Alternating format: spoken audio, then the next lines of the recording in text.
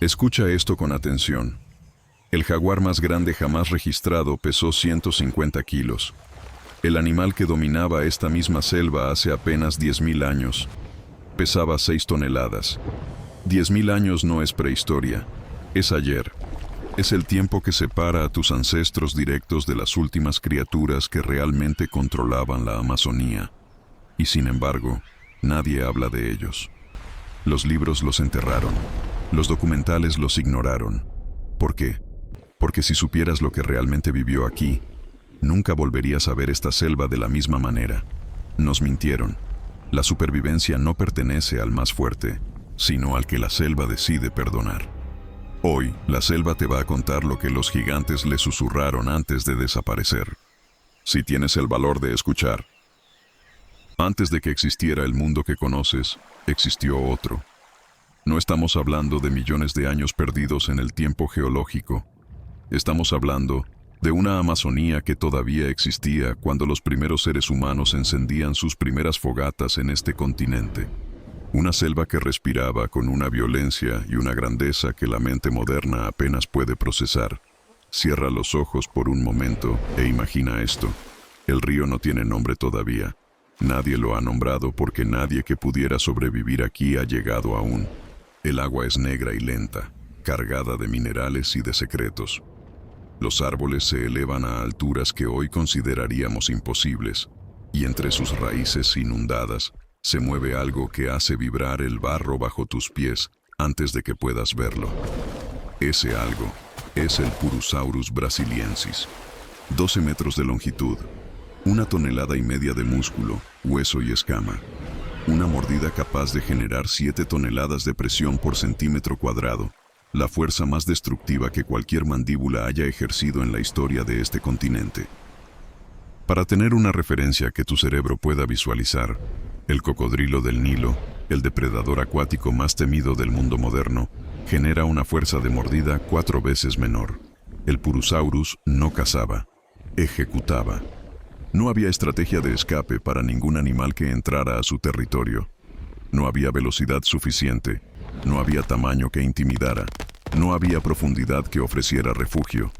Era el eje sobre el cual giraba todo el ecosistema acuático de la Amazonía del Mioceno, hace entre 8 y 5 millones de años. Su sola existencia rediseñaba el comportamiento de cada criatura a su alrededor. Pero el Purusaurus no estaba solo en este reino. Cuando las aguas retrocedían y la tierra firme emergía bajo una luz que todavía no había visto al ser humano, otra criatura tomaba el control del paisaje terrestre. El Megatherium americanum. 6 toneladas de peso. 6 metros de altura cuando se erguía sobre sus patas traseras. Garras de casi 1 metro de longitud, no para cazar, sino para arrancar árboles enteros desde la raíz y acceder a las hojas más altas del dosel. Era herbívoro, sí, pero un herbívoro del tamaño de un elefante africano, blindado con una piel reforzada por placas óseas llamadas osteodermos, con una musculatura tan densa que ningún depredador conocido podía atravesarla. Los felinos prehistóricos que compartían este mundo con él lo sabían. El Smilodon, el tigre dientes de sable, con sus colmillos de 20 centímetros, evitaba al Megatherium con la misma precaución con la que hoy un leopardo evita a un elefante. No por miedo irracional, por inteligencia evolutiva pura. Esta era la Amazonía real, no un jardín exuberante habitado por criaturas hermosas en equilibrio poético. Era un campo de batalla de dimensiones bíblicas, donde cada ser vivo había sido esculpido por millones de años de presión evolutiva, hasta alcanzar una perfección brutal y absoluta. Y en ese mundo, el jaguar que hoy llamamos rey no era un depredador, era una presa de tamaño mediano. La anaconda más larga jamás registrada, 9 metros, 200 kilos, habría sido un aperitivo para el Purusaurus. Ese era el estándar de esta selva. Y entonces, todo desapareció. La historia oficial es cómoda. Te dice que la megafauna sudamericana desapareció por cambios climáticos al final del Pleistoceno, que el planeta se calentó, que los ecosistemas se transformaron, que estas criaturas simplemente no pudieron adaptarse. Una extinción limpia, natural, inevitable. Un proceso que no tiene culpables porque la culpa la tiene el clima. Es una historia conveniente, porque omite un detalle que cambia todo. El Megatherium, la preguisa gigante, el Macrauchenia, el Glyptodonte, una armadura viviente del tamaño de un automóvil, y docenas de otras megaespecies habían sobrevivido no uno, sino múltiples ciclos de cambio climático severo durante cientos de miles de años. Glaciaciones, sequías continentales, transformaciones radicales del paisaje. Lo habían visto todo. Lo habían sobrevivido todo. Y entonces llegó algo que nunca habían visto. El ser humano. Los primeros grupos de cazadores que cruzaron hacia América del Sur llegaron a un continente que no tenía memoria de nuestra especie. Los animales aquí nunca habían aprendido a temer a una criatura bípeda y frágil que cargaba palos con puntas de piedra. No tenían ese código grabado en su instinto. No huían, no atacaban. Simplemente observaban. El paleontólogo Paul Martin llamó a esto la trampa de la ingenuidad, y fue una trampa mortal. Los primeros cazadores encontraron manadas de gigantes que no reaccionaban a su presencia con miedo. Podían acercarse, podían estudiar, podían coordinar ataques contra criaturas que, bajo cualquier circunstancia evolutiva previa, habrían sido intocables. Una preguisa gigante adulta era invulnerable para cualquier depredador natural de su época. Pero no era invulnerable para un grupo de 20 cazadores humanos que conocían sus puntos ciegos y atacaban en coordinación. La hipótesis del overkill, la teoría del exterminio excesivo, propone algo que incomoda profundamente a la narrativa científica dominante, que los seres humanos, en el transcurso de apenas unos pocos siglos, cazaron hasta la extinción a la megafauna de las Américas. No intencionalmente, no por maldad, sino por hambre, por eficiencia y por la ausencia total de consecuencias inmediatas. Cuando matas al último Megatherium de un valle, no escuchas ninguna alarma. La selva no te avisa. El ecosistema no colapsa de inmediato. Simplemente hay silencio donde antes había un rugido. Y ese silencio se fue expandiendo. Valle por valle, río por río, generación por generación. Hasta que un día, en algún lugar de esta selva que hoy llamamos Amazonía, la última preguisa gigante caminó sola entre árboles que ya no reconocía. Los sonidos habían cambiado. Las huellas en el barro ya no eran las de sus congéneres. Y los nuevos cazadores que se acercaban desde las sombras usaban herramientas que ninguna criatura de este mundo había enfrentado jamás. No hubo último rugido épico. No hubo batalla final digna de leyenda. Solo silencio. Y aquí necesito pausar para preguntarte algo directamente. Si los gigantes más poderosos que este continente jamás produjo, criaturas que habían sobrevivido millones de años de evolución brutal, fueron borrados en cuestión de siglos sin que nadie lo registrara, sin que nadie lo lamentara, sin que nadie siquiera entendiera lo que estaba perdiendo, ¿qué te hace pensar que somos diferentes hoy?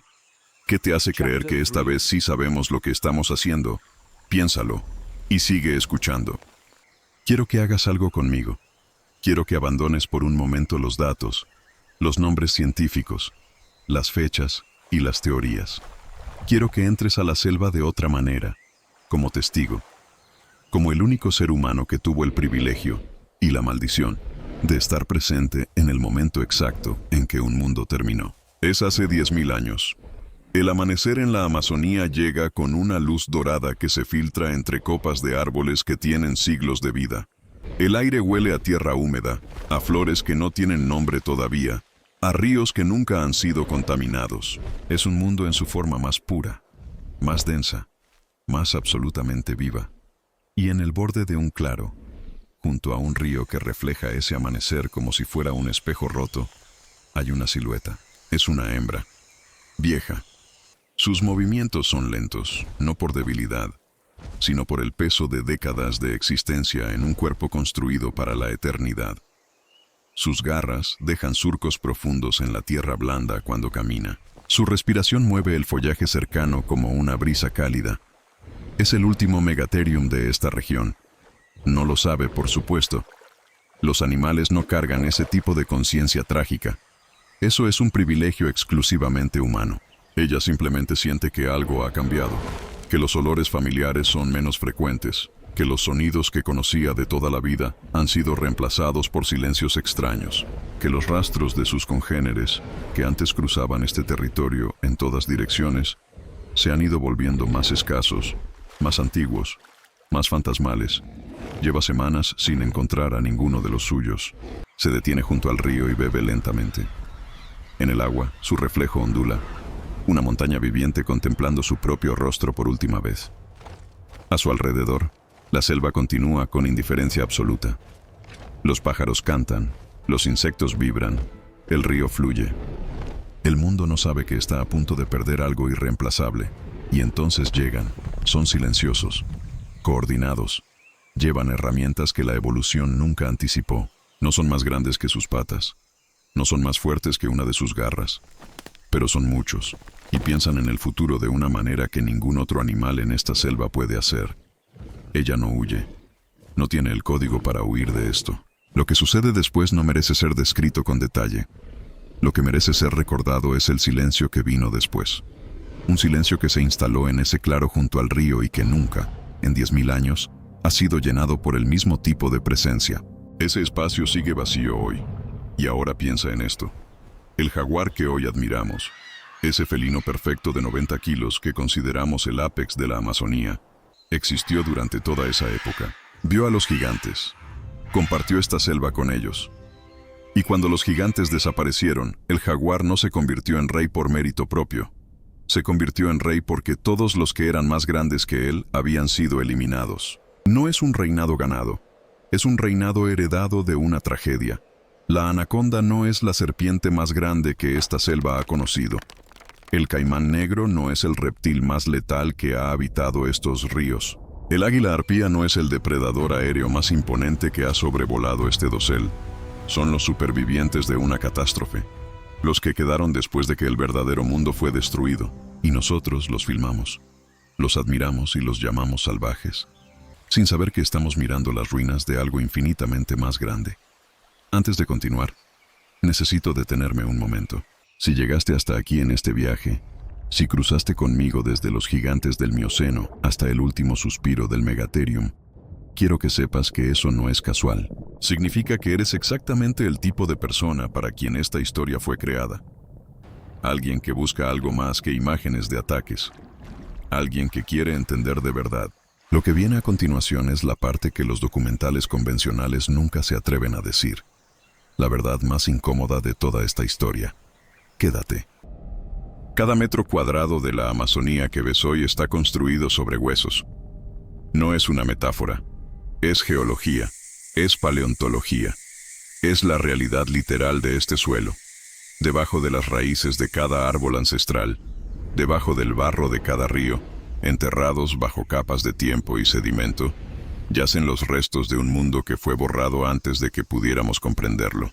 La Amazonía que celebramos, con su biodiversidad sin paralelo, con sus millones de especies, con su papel como pulmón del planeta, es un ecosistema que lleva 10.000 años intentando recuperarse de una herida que nunca terminó de cerrar. Los científicos tienen un nombre para lo que sucede cuando una mega especie desaparece de un ecosistema. Lo llaman cascada trófica. Cuando el Megatherium dejó de arrancar árboles y abrir claros en la selva, ciertas plantas que dependían de esa perturbación para reproducirse comenzaron a declinar. Cuando el Purusaurus desapareció de los ríos, las poblaciones de presas que él controlaba explotaron y luego colapsaron. Cada extinción desencadenó una serie de consecuencias que se propagaron durante siglos, reshaping silenciosamente cada rincón de este ecosistema. Lo que ves hoy no es la Amazonía en su estado natural, es la Amazonía herida, adaptada, reorganizada alrededor de ausencias que ya no recuerda cómo llenar. Y aquí está la verdad que nadie quiere decir en voz alta. Nosotros, los seres humanos, llevamos 10.000 años destruyendo la Amazonía. No empezamos con las motosierras del siglo XX. No empezamos con las carreteras y las plantaciones de soya. Empezamos con lanzas de piedra y con la misma eficiencia despiadada que nos caracteriza como especie. La capacidad de transformar un ecosistema completo sin entender las consecuencias hasta que ya es demasiado tarde. Y hoy, paradójicamente, somos también los únicos seres capaces de reconocer ese error. Ese es el peso más extraño que existe. ser simultáneamente el agente de la destrucción y el único que puede documentarla, lamentarla y, quizás, detenerla. El jaguar que hoy caza en las sombras de esta selva no sabe que es un sobreviviente de una catástrofe. La anaconda que se desliza por las aguas oscuras no carga el peso de lo que se perdió. Solo nosotros sabemos. Solo nosotros podemos elegir hacer algo diferente. Pero aquí está la pregunta que te dejo esta noche, la que quiero que lleves contigo cuando cierres esta pantalla y entres a tu mundo cotidiano. Si borramos a los verdaderos reyes de la Amazonía hace 10.000 años, sin siquiera entender lo que estábamos haciendo, si construimos sobre sus huesos un mundo que llamamos naturaleza sin saber que era apenas una sombra del original, ¿tenemos algún derecho moral de llamarnos protectores de lo que resta? ¿O simplemente somos, como siempre hemos sido, la especie que llega tarde, lamenta profundamente y vuelve a cometer el mismo error con diferente nombre? La Amazonía no necesita nuestros documentales. No necesita nuestros likes ni nuestras lágrimas frente a una pantalla.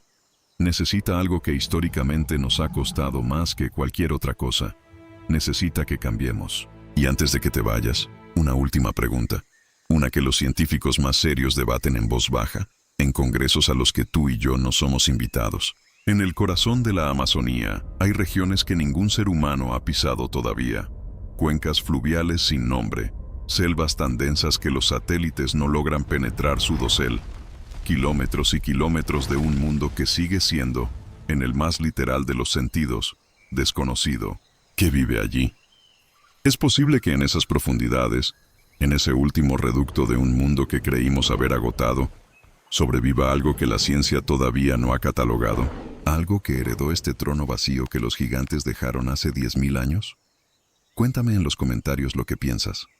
Porque la Amazonía guarda sus secretos con una paciencia que supera cualquier tecnología que hayamos inventado para revelarlos. Y quizás, solo quizás, todavía no hemos conocido a todos sus habitantes.